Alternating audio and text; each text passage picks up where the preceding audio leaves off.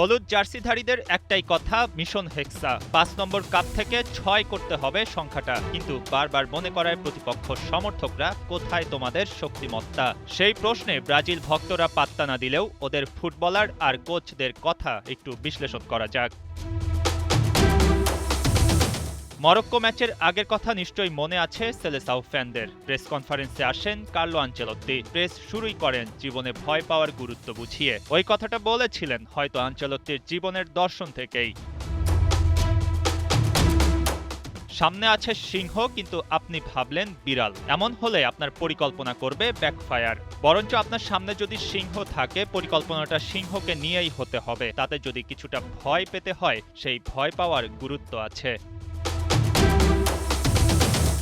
Morocco match draw হয় ১-১ গোলে। এরপর থেকেই সমালোচনার মধ্যে পড়তে হচ্ছে ব্রাজিলিয়ানদের। এমনকি হলুদ শিবিরও খুব একটা স্বস্তিতে নেই, তা বোঝা যায়। সেই বুঝ আরও প্রকট হয় যখন হাইতির বিপক্ষে ম্যাচের আগে আসে দানিলোর সোজাসাপটা কথা।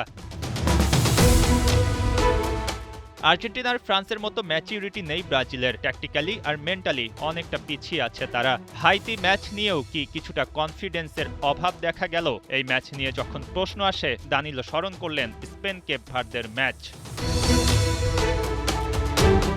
আনচেলত্তি দলের পারফরমেন্স নিয়ে বেশ হতাশ। বিভিন্ন গণমাধ্যমের খবর তেমনটা জানিয়েছে। আর দলটার ফুটবলারদের এমন সব কথায় প্রশ্নটা সামনে আসছে বারবার। হেক্সা নিয়ে উন্মাদনা কি ব্রাজিলের জন্য চাপের বিষয় হয়ে দাঁড়ালো? যদি তাই না হয়, প্রেস কনফারেন্সে কেন এতটা নড়বড়ে আত্মবিশ্বাস? আনচেলত্তি যখন কথা বলেন সেখানে খুব বেশি দলের পরিকল্পনা শোনা যাচ্ছে না। র্যাঙ্কিংয়ের ৮৫ নম্বর দল হাইতির বিপক্ষে একই অবস্থা। ব্রাজিল যেন খুঁজে ফিরছে হারানো আত্মবিশ্বাস। এই ব্রাজিল কতদূর যাবে? নেইমারের গ্রুপ পর্বে ফেরা হচ্ছে না, অনেকটাই নিশ্চিত সেটা। হাইতির বিপক্ষে নিশ্চয়ই জয় ছাড়া কিছু ভাবছে না সেলেসাওরা। কিন্তু মরক্কো ম্যাচের পর হাইতিকে নিয়েও নিশ্চিত হতে পারছে না ৫ বারের বিশ্ব চ্যাম্পিয়নরা। এত কিছুর পর একটা কথাই ঘুরে ফিরে আসতে পারে, হেক্সা জয়ের জন্য ব্রাজিল কতটা প্রস্তুত?